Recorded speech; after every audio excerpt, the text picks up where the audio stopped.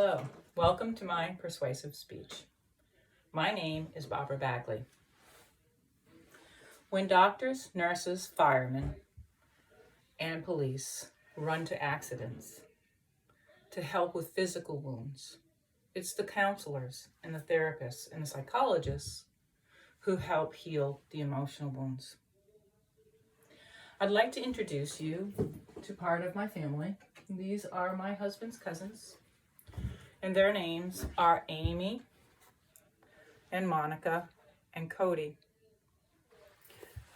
On June 13th, 2011, I received a phone call from my father-in-law, and he told me that he was very worried that Amy's estranged husband was holding them hostage in their home, and he did not have any further information. So I waited and I prayed, and finally around 1 o'clock in that afternoon, he called me with tears and sobbing. He could barely speak, and he said, well, he did it. He killed them all, and then he killed himself. The pain that a family goes through is intense. It's hard to find your way. You don't know who you can talk to or get help with. It's something that's very unique, this kind of a loss. In a similar way, Charlotte and Robert Hullinger of Cincinnati, Ohio, had an experience that they had lost their 19-year-old daughter to murder. Lisa, their young daughter, was an exchange student in Germany, and there she met a young man named Bill Cody. They came back to the States, and he found her, and they began dating. But Lisa decided to cut the relationship off because Bill was being very controlling. In that following year, she went back to Germany, and so didn't he. He followed her there. And while he was there, he kept bothering her to try to meet with him again, and she kept trying to put him off, but he wouldn't give up. And so finally she gave in to that, and she went and she met him. And when she did, he took that opportunity and he bludgeoned her to death. Well, the Hullingers, Robert, who was a minister, and Charlotte, who was a therapist, were struggling terribly with the loss of their daughter and how she died. And they would go to grief support groups, but they felt like it just wasn't quite right. They couldn't really express what they were going through. It was different. It was unique. They felt it was too hard for the other members to hear the story of what happened to their daughter. So the Hullingers asked a priest in the area if he could help out, and he obliged by giving them names of 3 couples who had similar experiences, and they invited these 3 couples to their home, and this is how they began in 1978 the Parents of Murdered Children's meetings. Now today, there are 35 chapters of Parents of Murdered Children in 35 states in the United States, and there are in 15 other states representatives. In Maine, every year we have approximately 23 people murdered each year.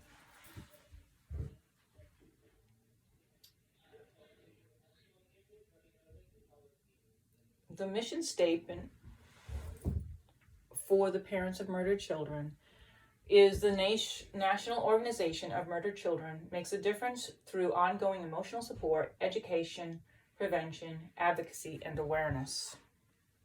And they have a vision statement too that says that they provide support and assistance to all survivors of homicide victims while working to create a world free of murder.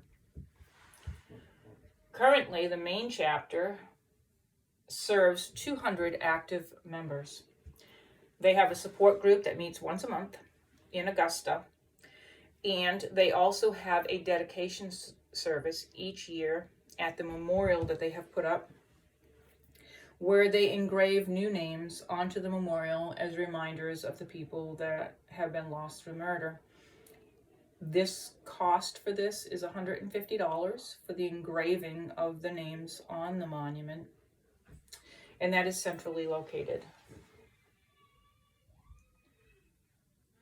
The parents of murdered children are heavily involved in advocacy.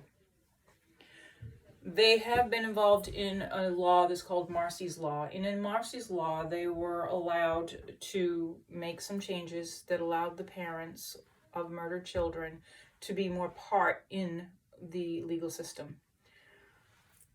Prior to this, you have to understand that a murder charge is between the murderer and the state. The parents or any other family members have no voice in how the trial goes. As a matter of fact, when the parents go visit their child at the morgue, they're not allowed to hug that child because that child is now a possession of the state because it's evidence. But now, because of Marcy's Law, they are able to be part in plea. When they have a plea bargain, they can voice their concerns and are able to be part there. They're also able to be part when the judge is coming to make a sentence for the murderer, and they can stand up and share how their lives have been impacted from the loss and the murder of their child, which does weigh heavily in the judge's mind in his sentencing. They also advocate in a lot of other laws, and they're continuing to do so today. Another area that they're trying to advocate in is they're trying to get an amendment added to the Constitution that will help to provide victim rights efforts for the survivors. And that this has been brought forward because of a lot of survivors' complaints, the way the judicial system is set up.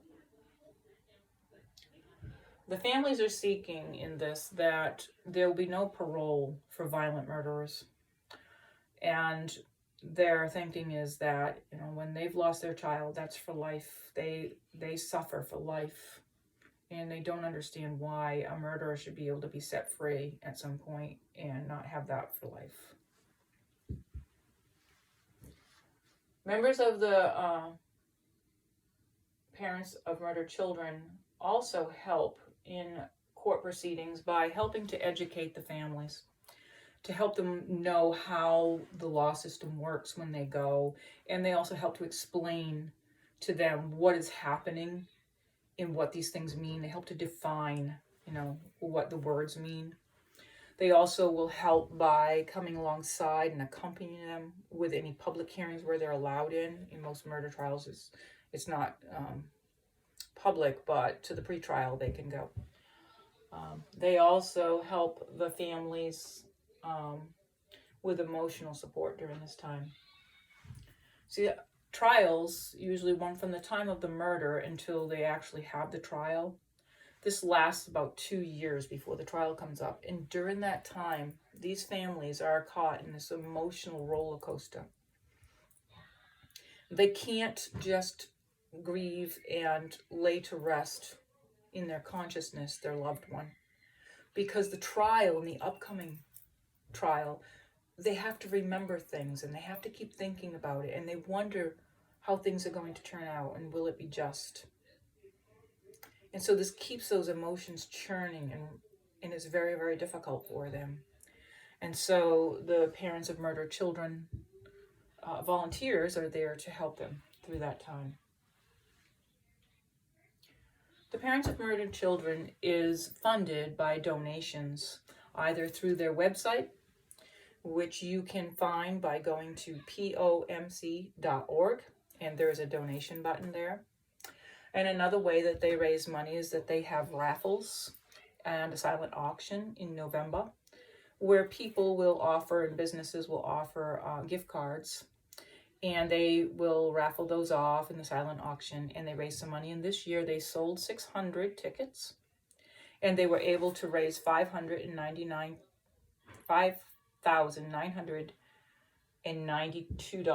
I believe that was. There are no salary positions in the Parents of Murdered Children chapters. The only income that they would receive back is possibly mileage reimbursement if they should so ask, but most of these people that are doing this actually walk the road themselves, and so they offer their services for free. Another fundraiser that they have every year at Christmas time is they have a special Christmas celebration for the families where they will have a table where they can put out pictures of the victims and their family members there so they can be part of their Christmas celebration. They also have a tree. They put up Christmas ornaments that are special to them.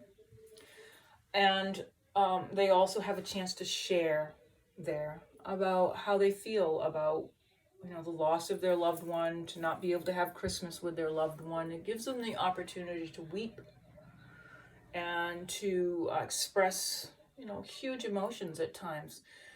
And this is very cathartic for them. It helps them to release some of that pain during this time. This is a very special time for them. It's a very unique time. They feel in their homes with their own family gatherings oftentimes, it isn't the place. They feel as though they're putting a dark cloud over everybody else's Christmas celebrations. And they don't want to do that. So this provides that place for them to do that. It's very helpful and very healing for them.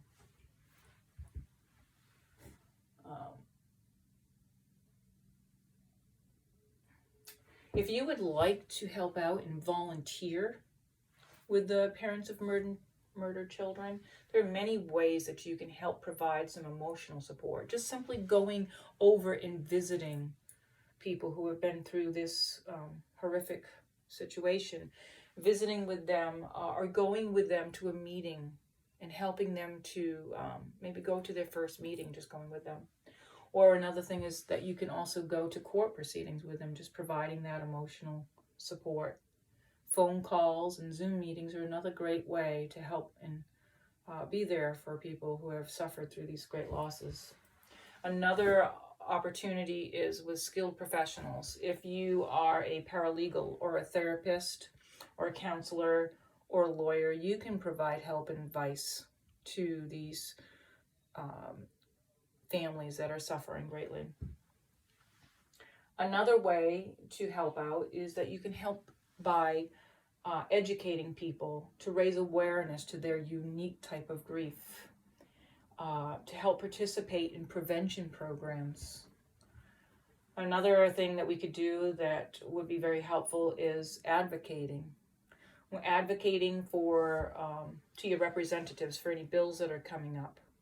It really will improve the amount of people that are saying, hey, something needs to be done about this. This is not right, and they really need our help. You can petition for the enactment of bills. That's another way that you can help out. Finally, what I'd like to say is that many people struggle with just not knowing what it is that they can do to help. And so for fear of them saying the wrong thing or doing the wrong thing, they often will do nothing, which is also the wrong thing. What happens when we do this is it causes the families that are already suffering to be isolated. It causes them to feel all alone, that nobody cares, have no one to turn to. And they become depressed, and oftentimes they'll self-medicate. In our culture, we haven't learned how to help people in such a very difficult situation, and we need to change that. And the way that we can change that is by going over there and sitting with them, hold their hand, and being with them and walking in their life in that very dark tunnel and being there. I want to thank you for spending time and listening to my speech, and I hope that it might resonate in your hearts and you might be willing to be part volunteering with the Parents of Murdered Children. Thank you.